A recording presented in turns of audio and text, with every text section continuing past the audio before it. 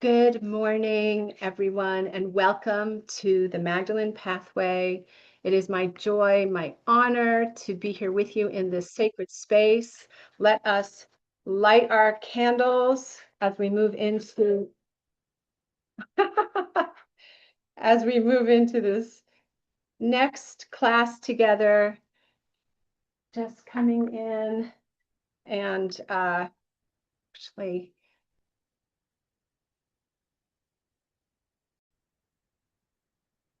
Okay, so the candle has been lit, and we are in the field of the Magdalene. Let us move in.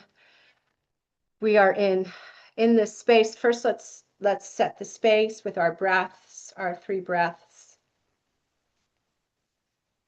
I'm going to sit down today. I'm going to sit with you all. Just breathing in, put your left hand on your heart and your right hand on your womb. And exhale. Slowly breathing in through your nose. Allowing this breath to rise all the way up to the top of the breath. And suspend it, hold it there. And slowly exhale.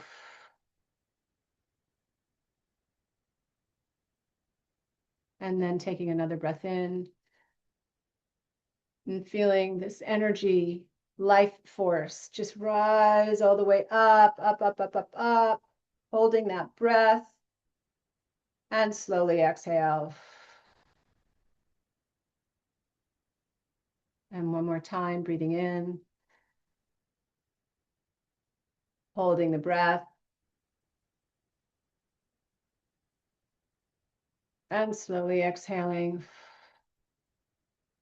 Just sitting in the stillness for a few seconds, allowing yourself to arrive in this space, fully present, allowing the breath to return to its normal rhythm. And think about, hear this in your awareness, where the mind is, there is the treasure, from the Gospel of Mary. So we simply rest in this holy moment, this holy instant. Grateful for this technology that allows each and all of us to connect. Grateful for the teachings that are coming forward to uplift each and every woman in this beautiful class container. Blessing the Magdalene Pathway. May it continue. May each and all of us continue to walk this path of beauty with light and love and grace and wholeness and harmony and prosperity. Blessing all that comes forth, honoring the sacred yes, honoring the inner voice, your inner authority, inviting in the enlightened, evolved, benevolent ancestors, inviting in Magdalene and Yeshua, inviting in all that is for the highest and the greatest good of all women in this container, calling forth enlightenment, upliftment, transformation, celebration, and liberation. And so it is with a thankful heart that I simply allow this word to be. Knowing it is done, knowing it is so, I simply allow it to be, saying, and so it is. Amen. Amen. Ashe. Aho. And so it is a delight to be here with you. This is our class 15. And I would love to know if it would be of greater support to you to go deeper. Would you like to have time with me just to sit and go deeper? Let me know about that. And I want to say, we've walked far together in this remembrance, sacred dialogue, remembrance of the new, sovereign embodiment. And today we're going to bring it all down to intuition, self-care, and again, boundaries, because they're not sacred. They're not separate from the sacred work. They are the sacred work. Your intuition is that treasure. That's that new, that sacred voice that Magdalene talks about. That is your highest voice, your intuition. And boundaries, I like to call them limits. But sometimes I interchange the word boundaries and limits.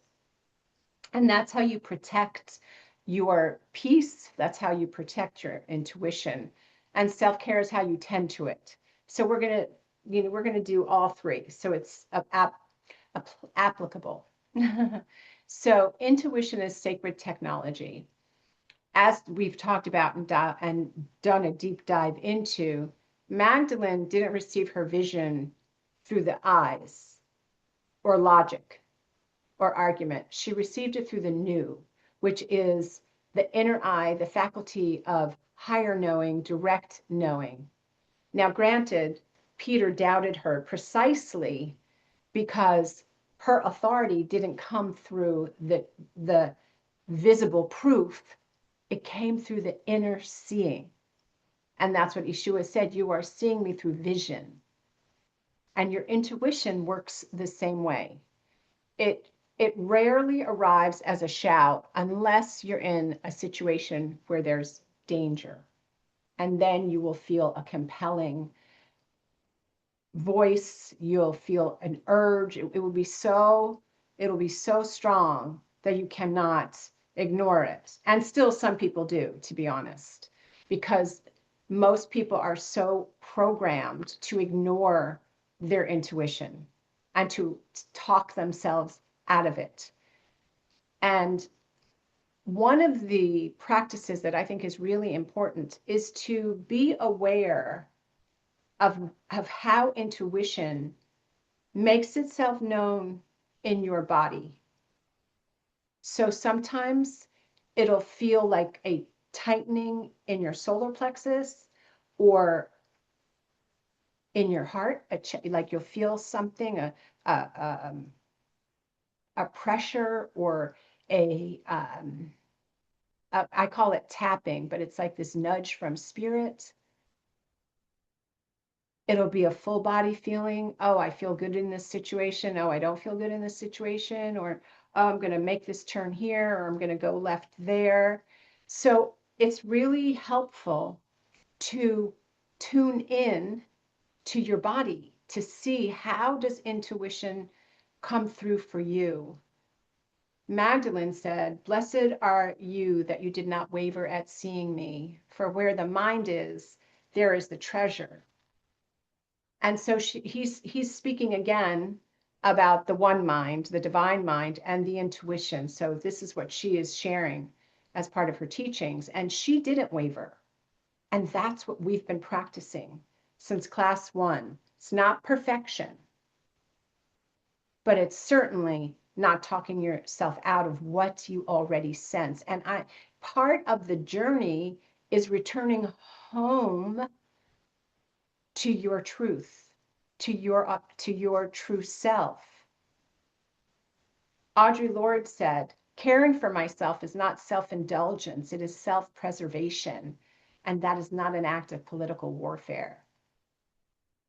So intuition and self-care are cousins. Both require you to trust an inner signal that the world will constantly ask you to override.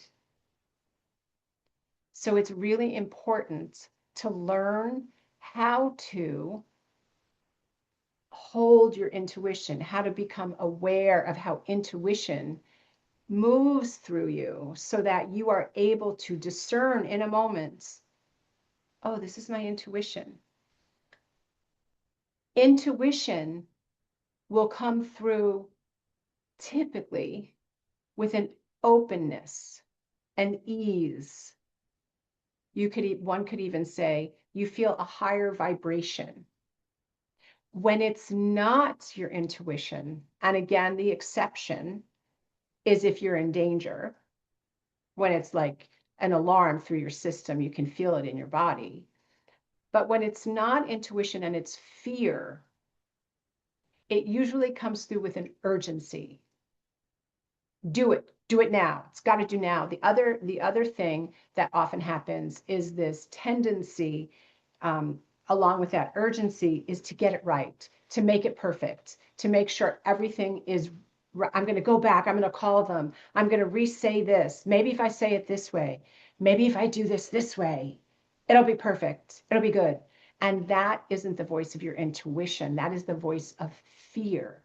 And fear can be so loud that it shuts out the intuition.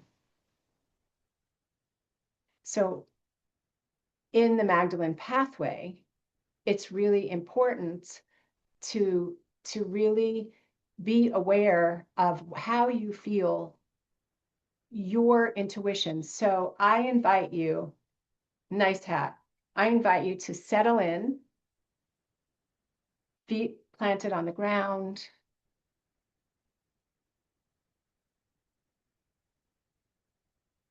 Making sure you're fully present in your body to the degree that you're able to. And allow your eyelids to close. Bringing your awareness from your head, like you can place your focus at the third eye, but oftentimes the thinking mind is above. It's like at the top of the forehead. But you can intentionally connect your heart and your third eye. You can bring that, the inner wisdom, the inner seeing, can bring your awareness to your heart center and sit in this beautiful sacred space. I often lead you into the meadow, into this beautiful sacred space in nature that is yours. I also invite you to think of yourself surrounded by petals, like sitting in a lotus. Most importantly, you are in a sacred space that you feel held, nurtured, surrounded, and allowing yourself to just feel the light and the love of the Creator.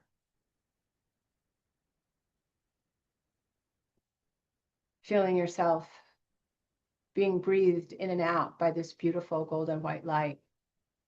The breath is easy. There's nothing forced. Just letting go with every exhalation into deeper relaxation.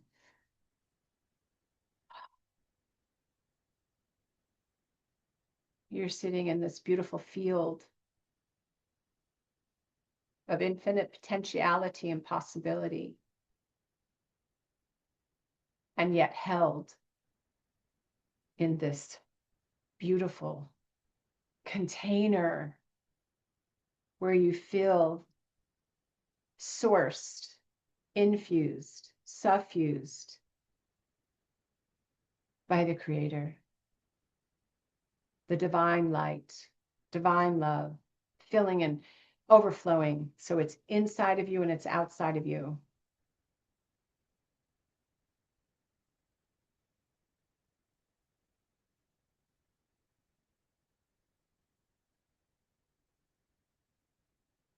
And using your mind's eye as a scanner, I want you to think of a situation and become aware of what you know beyond the fear. Where do you feel it in your body? Using your mind's eye like a scanner, just scanning your body. Where do you feel this knowing in your system, in your body? Is it in your throat? Is it in your heart? Is it in your solar plexus? Is it in your sacral area?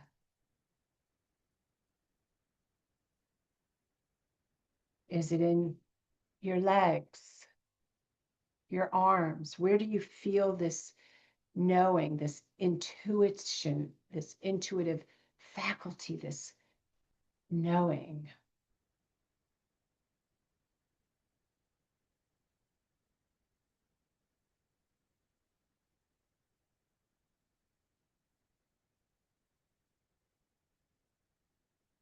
And feel what it feels like. Softer, open, airy, expansive, secure. It's a knowing. You're resting in this knowing.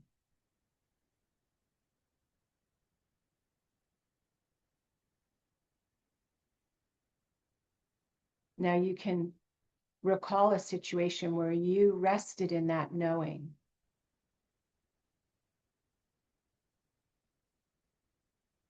And now I want you to bring into your awareness a situation, a circumstance where you didn't listen to your knowing, and feel what that felt like and where you felt that.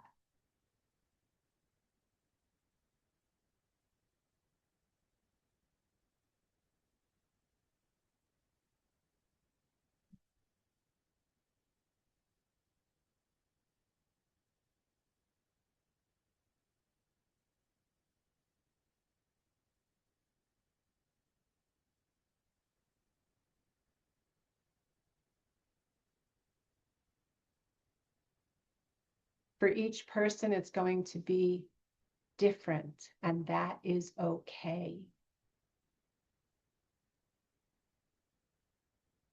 It's natural. So now you're feeling, you're aware of where in your body you felt the not listening and what that felt like. I want you to become familiar with that.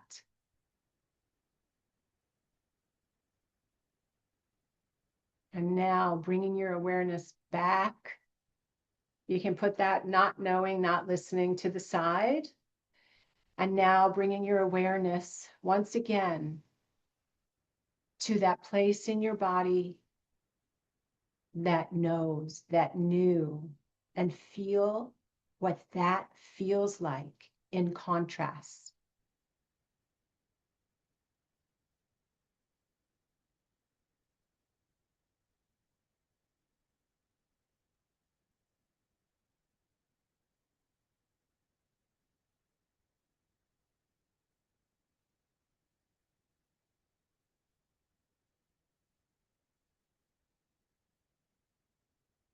And simply breathe in that knowing. Breathe in the location in your body temple where you feel attuned to your knowing.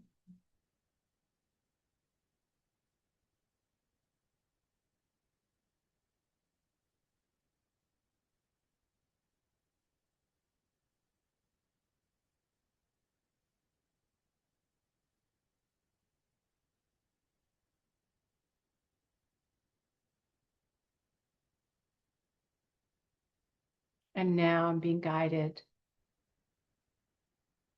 to invite you to wrap the not knowing in a beautiful rose pink light, and just simply allow it to dissolve. There's no fighting or warring with it, just allowing it to just dissolve. And bringing your awareness once again to where in your body you feel your intuitive knowing.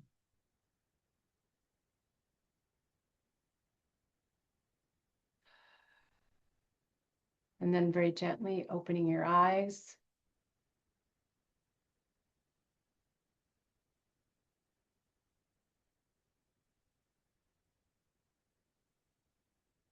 Bringing yourself back into this time and space. And if anyone is willing to or feels called to, share briefly what that was like for you. Kathleen, hi. Hi. Sorry, it's a bit late today. So I guess what I'd like to share, because I'd like to ask a question about it really is, I still don't know that I feel really clear about where my knowing is, but when you started us into this, what came to me was, I don't know if you remember the movie, the last Whimsy, about some little rabbit that saves the earth in the future because of the tears of a child that are the heart, and it goes back to the future and helps save the future. Anyway, at the end, What is it called? I think it was called The Last Mimsy, Oh, sure. Mimsy. I love that movie. Yeah. And so at the very end, you see in the future, yeah, right. You see all these the children gathered in this huge field of wildflowers, and they're just kind of floating around and off together. That's what came to me. And so I think it's maybe it's third eye and heart. I'm not sure. I do get that when I'm constricted, it's my eyes and all the way down my Mhm. back. So it's kind of a large response. Yeah. But but yeah, this was just like, wow, it was powerful. It was so light, and here they are sort of floating around and everything. And I mean, I just kind of brought Robin to my heart, and I said, look, I love you, and I'm doing the best I can, and thank you for being there and your patience. And we're like talking to each other as children, really, right? So Mhm. I don't know. I just thought maybe you can comment on that. I don't know that I have actually a location in my body. So anyway, thank you. Thank you so much. I love that movie, by the way. And I actually know the mandala artist. I have much of his art in my home. Uh, I'll have to watch it again. It's been a long yeah. time. So, as I may have shared before you got on, I don't know, or if it was in a different class, it's really practice to get attuned Okay. to where you feel this. It takes practice. It takes sitting down and being really intentional and conscious about where you feel your intuition so that you, for yourself, just like Magdalene, when she was there and she heard her name called and she said, "How do I see you?" And he was like, "Through the new." So for her, that is how it worked. She saw, it was clear. She did not waver from what she saw, felt, and knew. So what you said actually sounds very accurate. To feel the constriction across here, your temples, and back down, that makes so much sense. So I acknowledge you because you do know. And that's one of the goals and the intentions for me with Magdalene Pathway and beyond any is that for you to stand. When I say stand, it's an inner stand, knowing. Yeah. And I love the expression of just the lightness that comes Mm. when it's because that was what this was. It was just like all the lightness in the universe. We can Yeah, fly, yeah, right? yeah. Thank you Thank you. thank you for the distinction. Thank you so much. My pleasure. Yeah, my pleasure. Thank you. Oh, Anyone else want to share? Go ahead, Beth.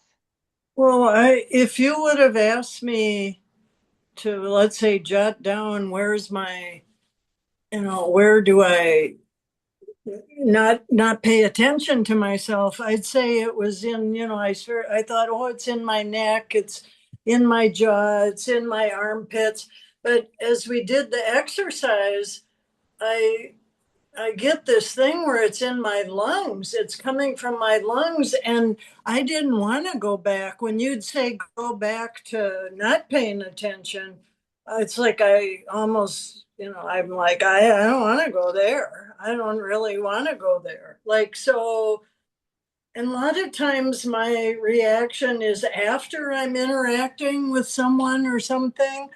And but I never had paid attention to my breathing. Like, I think it'll be interesting to see if I can note, i I've never thought to pay attention to my breathing or my lungs that way. So it was a good exercise. Awesome. Thank you for that. I'm really happy to hear that. Um, and also what I want to say to you is, with your permission, may I ask a question? Yes. Okay. So in your lifetime, do you feel that you have mostly lived above the neck in your head? Oh, I remember this one massage therapist said to me, your head's the heaviest head of anyone I, I've ever massaged before. Okay, thank you for that, because that's what I picked up, is that part of this process for you is embodying the rest of your body and not just being a head. And I don't know if you know this, but the lungs are, I know Louise Hay has talked about this, and perhaps Barbara Brennan, who does Hand of Light, or I'm saying the title wrong, but lungs hold grief. So if you haven't been held in a container with somebody who holds you while you feel your grief, you are going to create all sorts of adaptations to avoid feeling what you might perceive as overwhelming. So what you were doing was self-protecting. I don't want to go back there. So you've been living above from the neck up mostly. Right, and there's more below than there is above. That's a lot to explore. So I'm a little tenuous, like we'll see where this goes. But I've been kind of not nervous exactly. Like, oh, where's this going to go? Like, Do you mean like us working together, oh or like yeah, I mean okay. me. I mean me with my Mary. Me honoring my Mary. Would it be helpful if we were to continue on, to continue going deep into this? I'm thinking about that. Okay, thank you. Or, we can, well, I'll be seeing you anyway, but thank you. Thank you so much for your honesty and vulnerability. Appreciate it. And Sherry, did you want to say anything?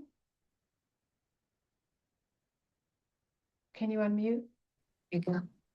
I think it's too fuzzy right now to really put into words. I mean, there are some words, but I want to be clearer. Okay. Okay. Okay, great. Oh, I thought there was more. No worries, no That's it. pressure. I wasn't sure Right, if and there was something following that. I could Yeah. respond as usual to something that Kathleen or Beth said when Oh, I Kathleen. invite you. You're welcome to do that. Uh-huh.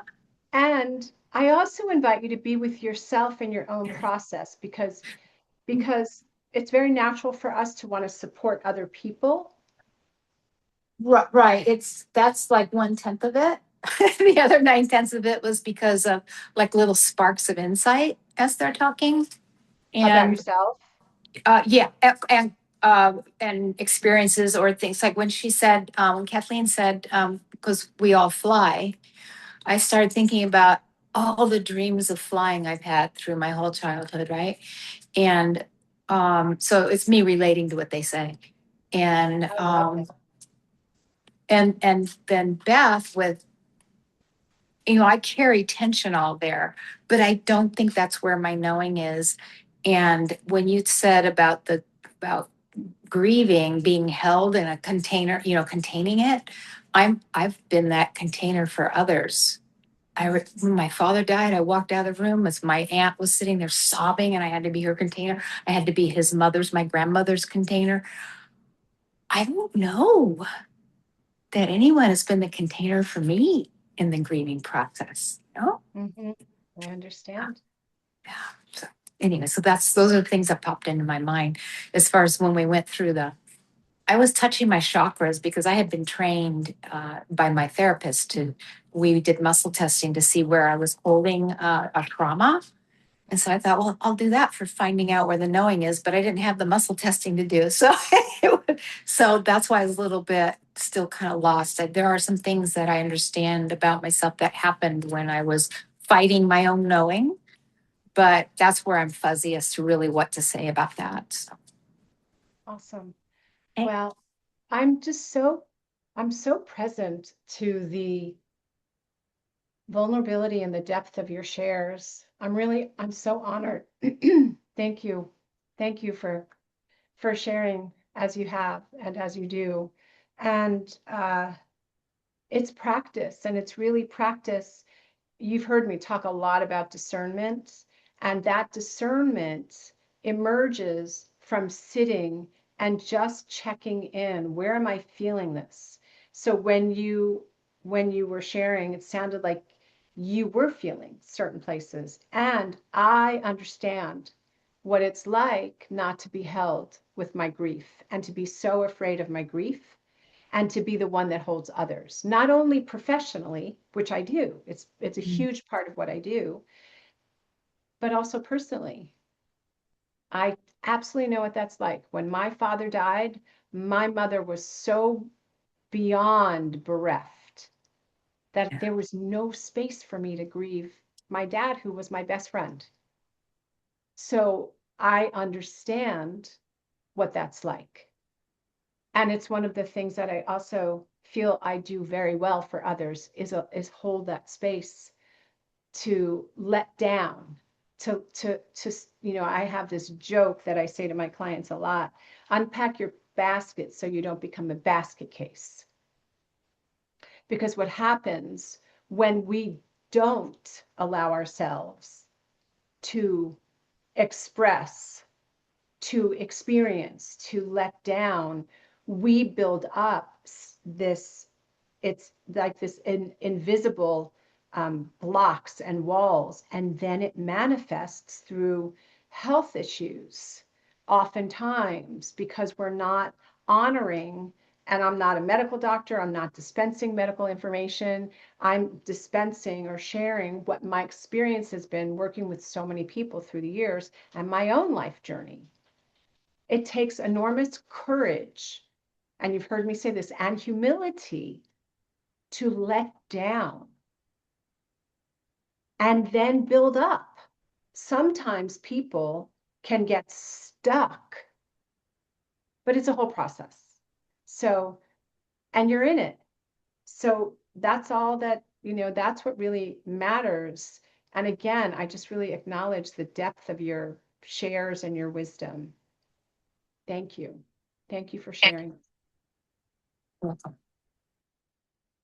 Which leads us to a very juicy topic to explore, which are boundaries. Now, you've heard me say I like the word limit because it feels more expansive, and sometimes people can interpret boundaries as walls rather than bridges. So I like the idea of limits. And women are not necessarily given a lot of information about having a boundary, having a limit. The information is to be nice, to be sweet, to be pleasing, don't rock the boat, don't be too loud, don't be too visible, like all of these. And some of them are direct. If you grow up in the South, you get a lot of messages about how to be a woman. And it can really create a lot of holding back. If you grow up in a religious family, that's a whole nother, set of rules and regulations. If you grow up in a very austere family, or if you grow up in a family, most people have trauma, so it's to greater or lesser degrees, and most people are brought up by parents who had trauma, some addressed and a lot unaddressed. So the feelings are what the kids pick up, and they think it's theirs, but it's actually not theirs. So having boundaries, learning how to, as I've shared with you so many times, just reaching for one of my crystals, as I've shared with you about surrounding yourself. Can you see this tube, this cube of this crystal? Can you see it? Right? It's all around. I learned this from one of my psychic medium mentors many years ago, because people always talked about surrounding yourself in a bubble. And what was communicated to me is you want stability. When you're walking into a situation where there's a lot of energy, you want strength. So bubbles are nice. We love bubbles, love floating, love all of that. But when you surround yourself from head to toe, front to back, side to side, can you see this? Are you able to see it? Right? You are walking into a situation very well aware of where you end and someone else begins. And when you are a highly sensitive person and you are empathic, it's really important to be aware of your boundaries, because you will feel things and be like, why am I feeling this? Like, I don't feel this way. When I lived in Manhattan, and I would get up in the morning and I had my whole ritual. I would listen to B-52s and I would dance and I would get ready to go, have a moment of stillness. And I'd walk out of my apartment and I'd get on the train, and it's a sardine. You're in with like so many different people, different places, different energies, different, emotional states. And then I would get off the train and I was like, something would happen, or I'd have a state of mind. And then, when I got deeper into the energy work, my teacher would say, well, you need to ground yourself before you go into a crowd. So before you go into a crowd, before you go into, a business meeting or something important or a conversation, you want to ground yourself, not because you do it in fear, but because you love yourself. Because you are allowing yourself to be held in love. I just, can I just ask you quickly, so what do you say to yourself? Like, I'm envisioning myself in this tube, this whatever of white light. What do you say to yourself? Sometimes I just say I'm surrounded by the love and the light of God. And I just visualize this light coming down through me, extending, on either side. And I always like the golden white light, but sometimes, you can play with it. Maybe yours is a beautiful blue or a violet or a lilac. It's, the standard is golden white light, or even, white light. I always like the golden white light. So, and then sometimes, and it depends on where, where you're going. But I really find it helpful if you go to concerts or meetings, or you're outdoors, or you're going on a train or a bus or a plane or something like that, and you're going to be around a lot of people. It's very grounding.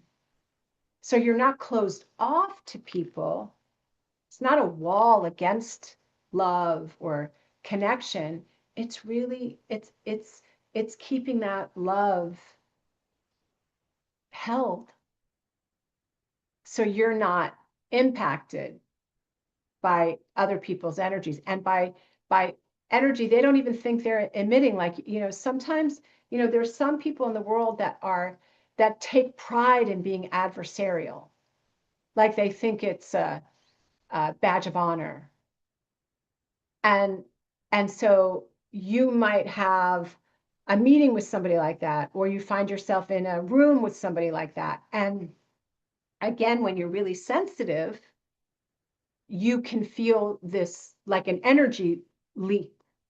But when you move into a field of love and you're, surrounding yourself in this beautiful light and love, you're covered. Just watch yourself. Again, it's about noticing. How is this, when I do this, how do I feel? When I don't do this, how do I feel? It's like meditation. When I don't meditate the way that I typically meditate, I feel it. I'm off. There's something a little off. When I meditate, so I have years of noticing. You have years that you've lived and have noticed in the ways that you've noticed. This is really deepening it. It's like, remember Levi's defense of Mary when Peter was contesting her.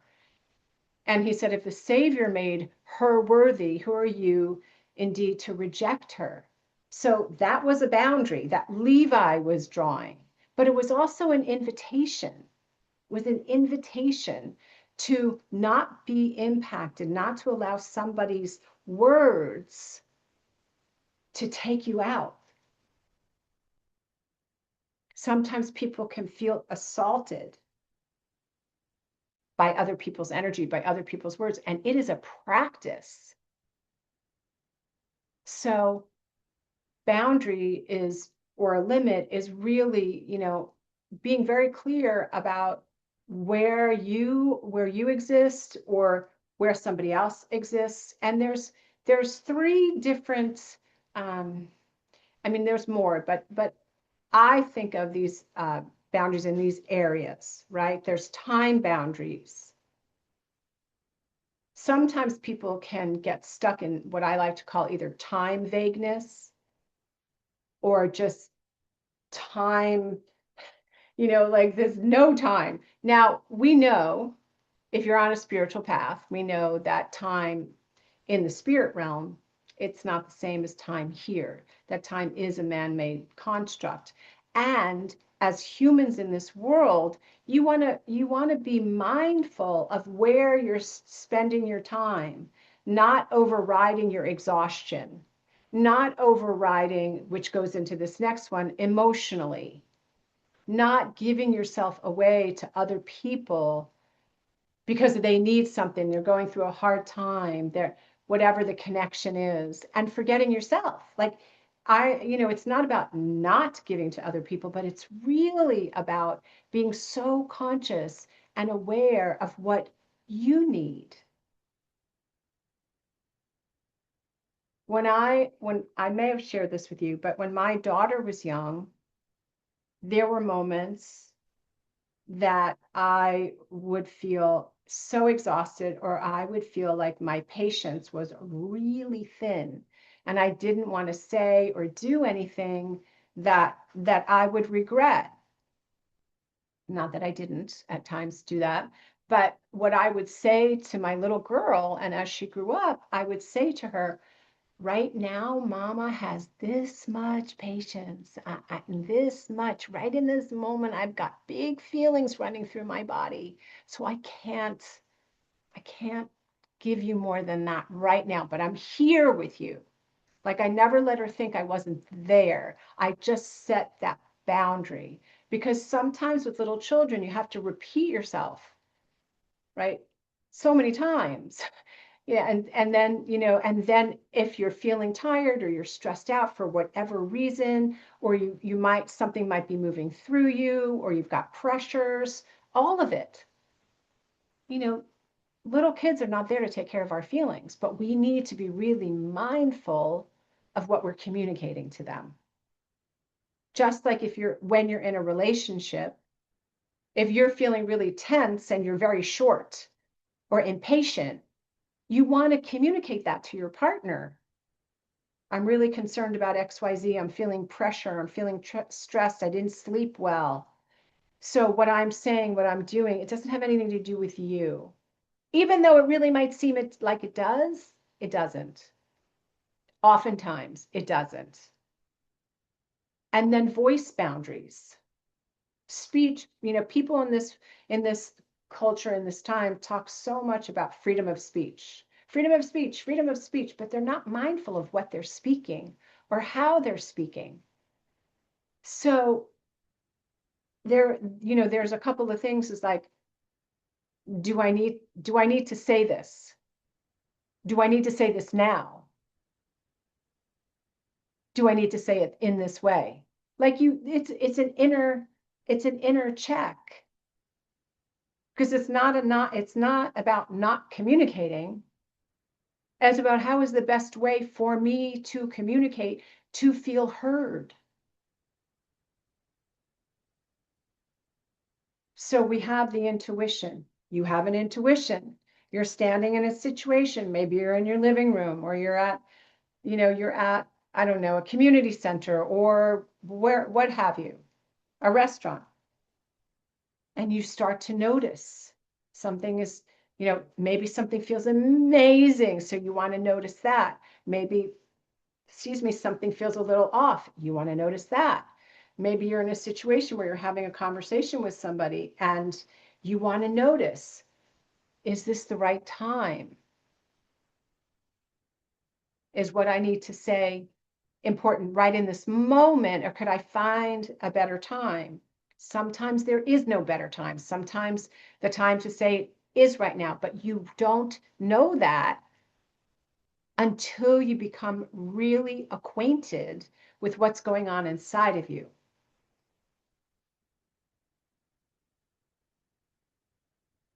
So, boundaries, limits are really helpful.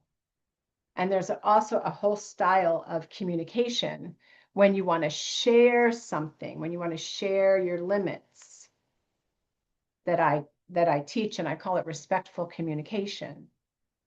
And one of them is, when I heard blank, I felt blank.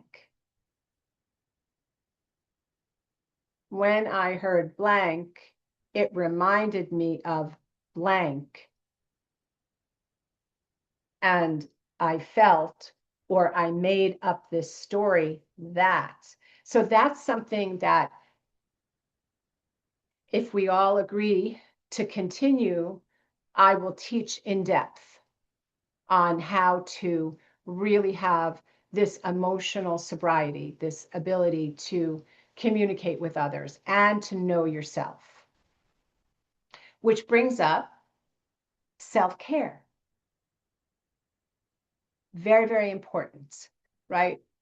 So oftentimes when somebody will say, did you take care of yourself? What are you going to do for self-care?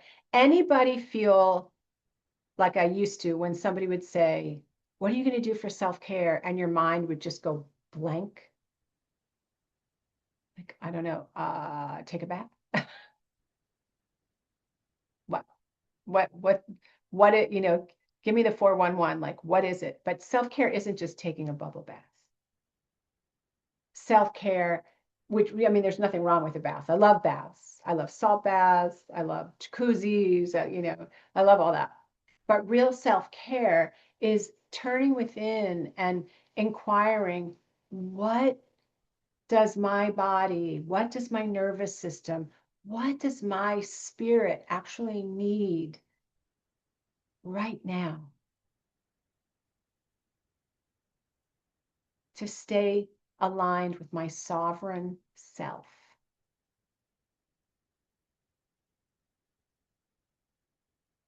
It is a wonderful inquiry because it allows you to delineate and again to define what it looks like and feels like when you are in touch with what you need to be a whole person. So if we think about Magdalene, what Magdalene needed was to leave and go to France for her mental health, for her emotional health, for her nervous system, for the work that she was doing to stay in touch with the teachings. It wasn't just what's called a geographic, it was an inner truth telling her, just like meditation and prayer is not, that is a form of self-care. It's a form of self-nurturing. And how important it is to withdraw from all of the stimulus so you can hear the inner voice. And the more that you practice that, the more you'll be able to hear that inner voice in the midst of a crowd. Because you're attuned to it. You now know, oh, I'm feeling that. Oh, okay, that's what I'm feeling. So withdrawal is a sacred practice, not avoidance. Can you feel the difference? Okay, so let's do an experiential and reflective practice. I invite you to put your feet on the ground, taking a breath.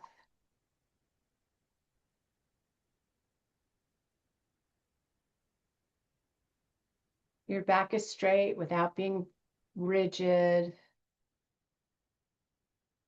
And again, Feel yourself completely encircled in this beautiful golden white light. Feel rose gold light at your heart center, just expanding, opening. You can feel at your solar plexus this beautiful light.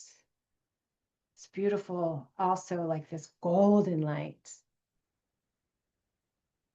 Feel this light just penetrate your whole body.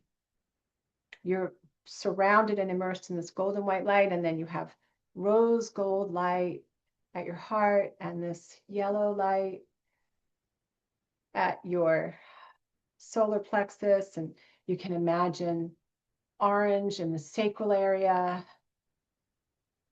and deep red at the root chakra. At your throat is this beautiful agate blue. It could even be baby blue. At your third eye is this gorgeous, beautiful violet. And at your crown, think of it as blue, this beautiful, beautiful indigo. And above you is this gorgeous light coming in, this golden white light.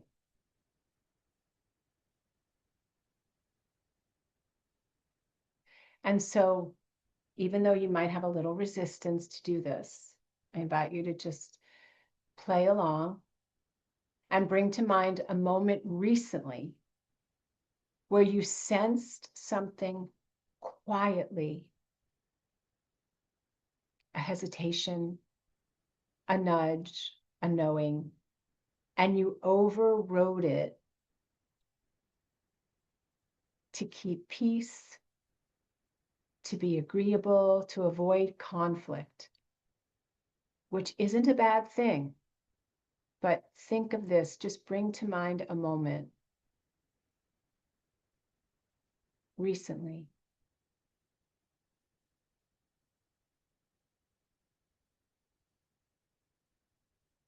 And now imagine yourself back in that moment.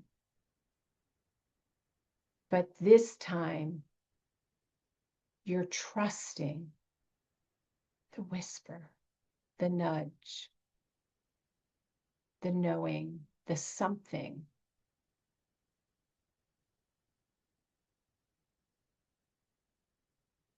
Breathing in and breathing out.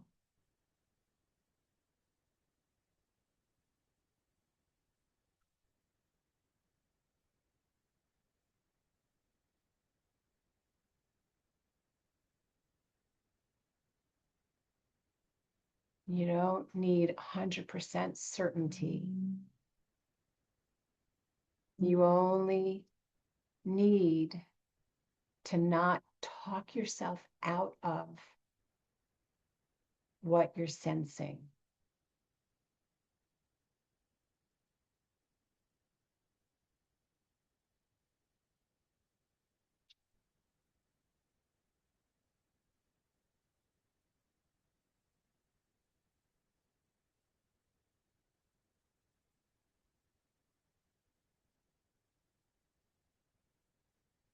And now just bringing your awareness back into this time and space.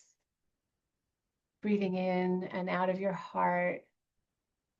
Please pick up your journal. And we're just going to do a little writing. I'm going to ask you a few questions similar to what we've been doing right now.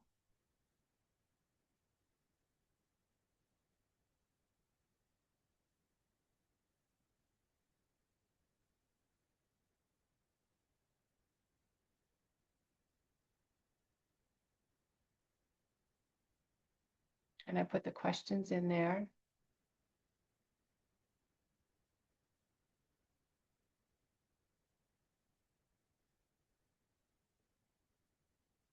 Where have I overridden my intuition to keep someone else comfortable?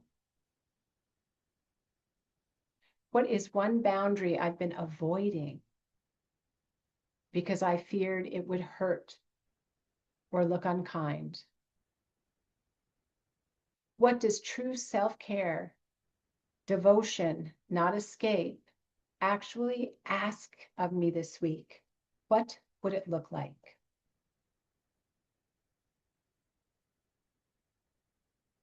And I'll just set the timer.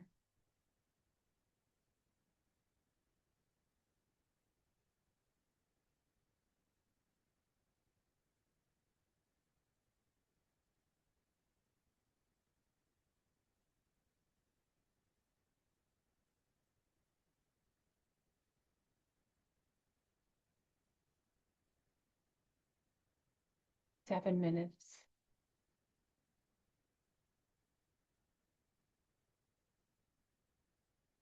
And I'll read it to you again in case you can't access the chat. Where have I overridden my intuition to keep someone else comfortable? What is one boundary I've been avoiding because I feared it would look unkind? What does true self-care, devotion, not escape, actually ask of me this week? What would it look like? And if you feel a little stuck with any of these questions, just take a breath. This isn't an exam. You're not being graded. It's simply self-exploration.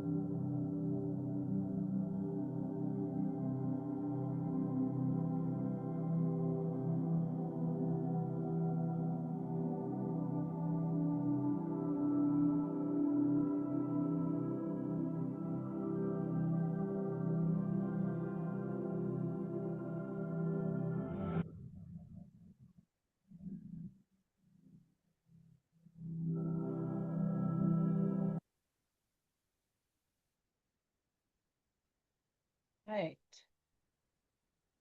Let me find the timer.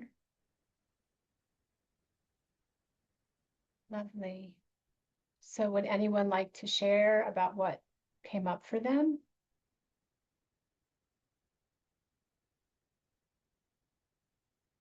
Can you unmute? Okay. Go ahead.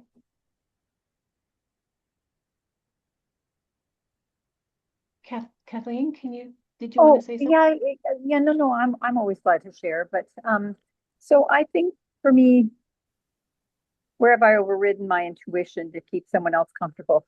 It's me too. I think it's stuff with Rob, right, about our differences. So, that also just with my friend this morning, I was disappointed because I felt like I had to come out of the hydrogen oxygen barium thing, and so we had a bit of a conversation, but it wasn't as good as it needed to be for me. And I think it was just I needed to acknowledge my disappointment. And then by acknowledging my own disappointment, I could just say, you know what, it was all perfect. It was what it needed to be. So, but I think a boundary I've been avoiding because I feared it would look unkind is talking with Rob a bit about his clutter and his hoarding. And yeah, so that's a challenging one, how to do that, right? And so true self-care for me looks like sitting in the heart in unconditional love, remembering the lightness of the last Mimsy, and that intuition is light and expansive, and that I can talk, my little girl can talk to Rob's little boy there. We can have some nice conversation. Beautiful. Yeah. So just for clarity, Yeah, please. if I understood you accurately, you said what you've been avoiding is talking to Rob about the clutter and hoarding, right? Did I hear you correctly? Yeah. But what I didn't hear in that is, do you have a boundary? Oh, Because that was the question. yeah, What is sorry. one boundary I keep avoiding? Oh, So just okay. think about that. Yeah, will do. Thank you. Yeah, Yeah, you're welcome. yes. Does anybody else want to say anything? And again, it's not a forcing, it's just an invitation.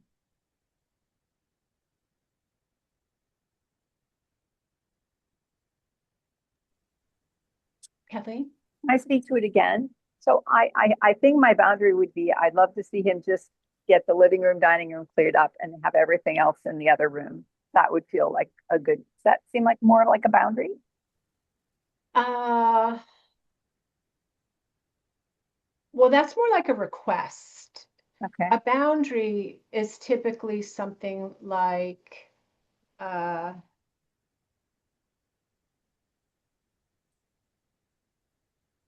I'm unwilling to come to your apartment or home unless this room is clear, or I mean that might be a little clumsy boundary, but really talking about how I feel uncomfortable. Again, as we speak, it's about the I, my request. So but you have to have like a boundary, like, there's boundaries, like it's not okay to talk to me that way. Um, I'm not comfortable with you touching me without asking. Uh, it's not, please don't take my pencils with that. I'm Okay. reaching, right? Don't take Okay. my makeup, or please don't leave this on the counter. Please, can you please not leave the lights on, or something like that, or can you please blah, blah, blah, blah, blah. But you want to be really clear about the request and what your boundary, like what the limit, like that you're Okay. asking. Thank you. Makes that Okay. helpful. Yeah. Okay. Sherry and that beautiful kitty. This little one's name is Bagel. Bagel. Ooh, heard your name. So I started with where have I overridden my intuitions to keep someone else comfortable? I'm not sure that this really fits for that per se. It may be kind of that and a boundary thing because of a lot of decisions I made, not out of my knowing, but out of what was either expected of me or just acquiescing to authority outside of myself. And I had been saddled, I started coming out of it the last 2 years with deep regret over some of the decisions I made about my children's pathways, decisions that as a mother I needed to make. And, but becoming, I think I was so relentless at trying to figure out a different way I could have handled it, and probably came up with lots of ways I could have, by making a different decision. But I understand now why I was so tenacious about living in that regret until I figured out I couldn't reverse time. But what it really was all about was coming down to listening, to knowing what I needed to learn from that. This is what I was missing that whole time by trying to rewrite history, right? I just wanted to go back and do it differently. It was like, no, that was one of your lessons where you need to learn to listen to your knowing. And it was very early before the first time I ever finally did that. It was like to trust myself inside. Yeah. So Yeah. that's what it was about. Beautiful. Thank you. Yeah, you're welcome. Thank you. Beth, did you want to say anything? No. Okay, good. Well, so, the good news is that you will have plenty of opportunities by being alive, and being in relationship with life and the people in your life. You will have plenty of opportunities to become clearer about what your limits and boundaries are, to self-care, and to listen. So it's not a one and done. You haven't missed anything, because everything that you have done in your life has led you to this very moment. Because you might not have been able to hear what's being spoken in the way that you are hearing it until this moment.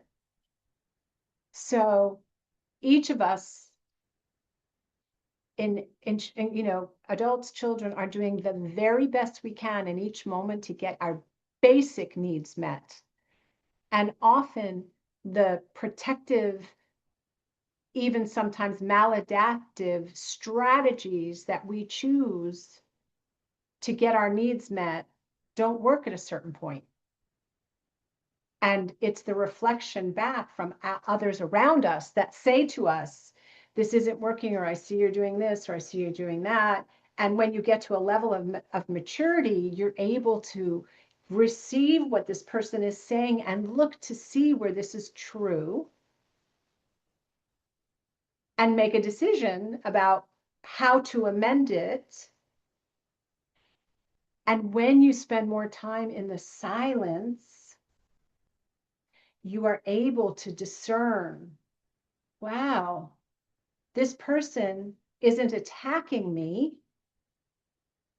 They're saying this because they care about me and they're noticing a pattern. And if I'm really honest with myself, I've heard it before.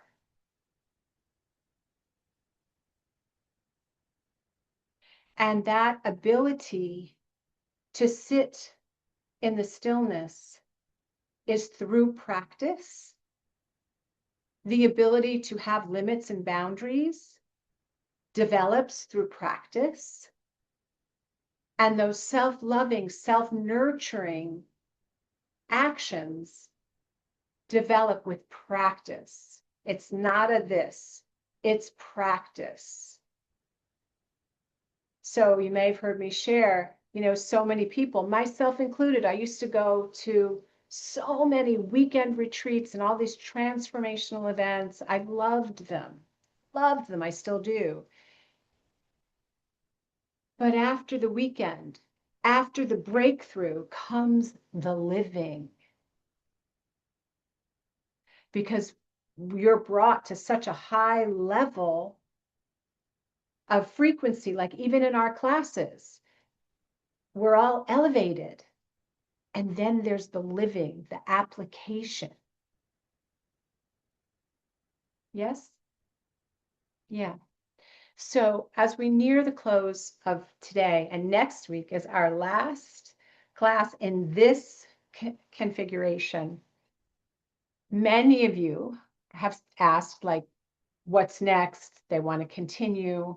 So I've been considering doing a Magdalene Pathway 2 and going deeper into some very important practices and perhaps making it possible for you to go forward and teach it to others if you would like. So it's a path for those called to hold this container for themselves and maybe for others.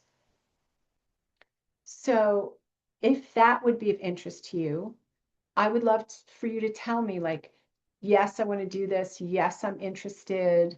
I want more. I want to continue because I want to serve you in the way that serves you and meet what you need in a way that continues you growing, having more spiritual authority and emotional sobriety, and living your life that you get to create and continue to co-create a life that matches your vision. So would that be of interest to you? Are you like thinking of another sort of 16-week course? Is that kind of what where your mind's going with it? Just or something? I'm not sure if it's going to be another 16 weeks. I'm still in the creation. Okay. It might be another 10 weeks, and it might be another 8 weeks, but something that allows us to just expand upon some of what we've touched in, but go deeper into some of the topics like I shared, like having respectful communication, how to set boundaries, what does it look like, how to have a conversation, just some of those things, how to deepen your intuition, spending more time, with practices. So yes, that's what I'm thinking. Well, I mean, support certainly sounds wonderful. I didn't really understand, of course, how it was going to be formatted. So yeah. Well, it's in process, Yes, but it that's fine. would look like us meeting, and it would be similar. It would be kind of like a inspired teaching, and then reflection and exercises and conversations. So it would be a similar format, but if you're interested in going into a Magdalene Path facilitator certification, I would need to know that from you because it would be a little bit different. There's 2 options on the floor, lots before you. Wendy, Sherry. would you be interested in sending us like a survey where we can put in what we're feeling as far as what we might need and Absolutely. stuff? Yeah. And Absolutely. another thing I wanted to say was I was writing implementation just as you said applying, because I'm well aware of how you can go to like a retreat in the mountains, like our church did it all the time, and then we'd get right with God, and then you'd fall away once you got back Exactly. down off the mountaintop. And I mean, it was both literal metaphor, right, and spiritual. So I'll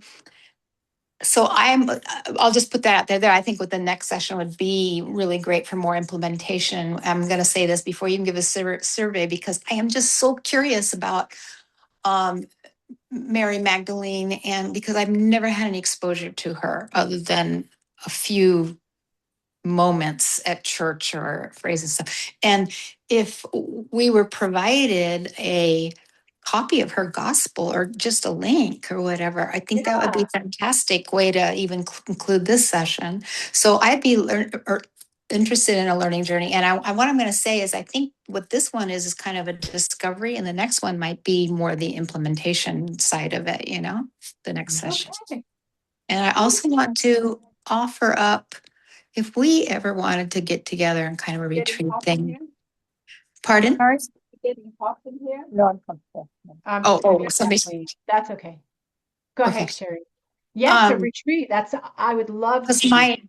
my house would be a perfect intimate type of environment. I mean, it's 3,400 square feet, but it's on the lake and has the boat dock and all that stuff. Let's And it's talk.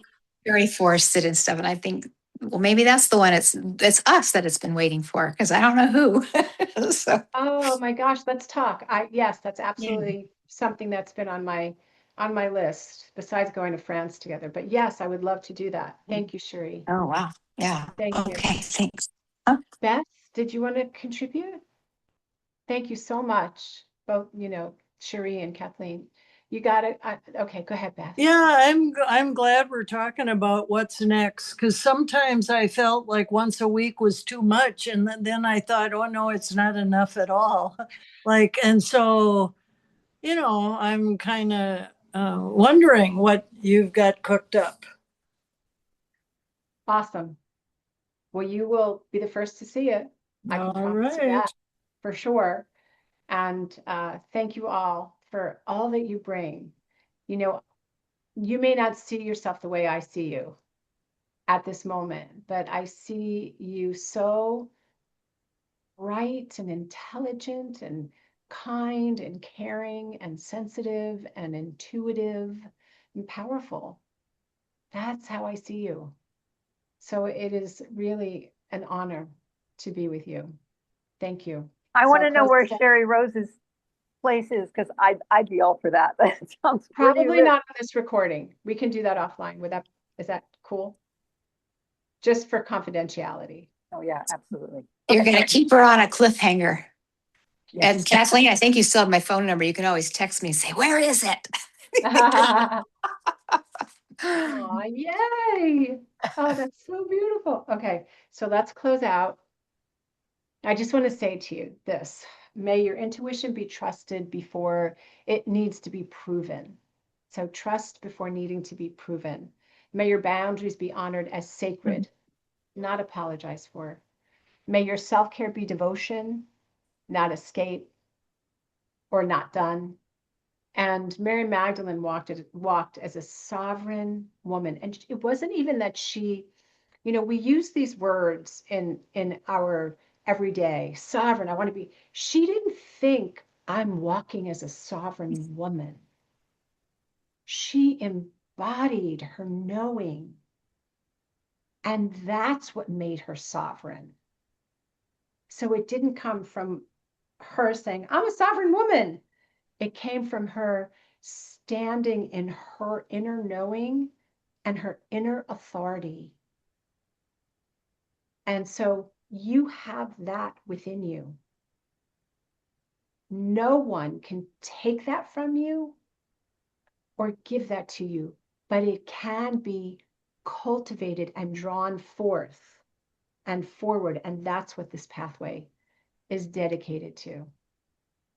So quick prayer, lasered prayer, heart full of gratitude and thanksgiving for this time together, for the ways in which these teachings of Magdalene, of Ishwa, are so current, not religious, spiritual, applicable, modern day living meets ancient wisdom teachings. I bless each and every woman as they return back to the activities of their life, reawakened with their own sovereignty because it's already within them. Neither apologizing for their beauty, their magnificence, their intuition, their greatness, or their boundaries, but standing in the trusting of them. I call forth peace and peace of mind. I call forth health, vitality, vibrancy, abundance, prosperity, grace, joy, expansion with ease and grace, and love pressed down and running over in every nook and cranny of their being and their life. For this and so much more than words can say or eyes can see, I am so thankful. And I simply allow this word to be. It is done. It is so. And so it is. Amen. Amen. Ashe. Aho.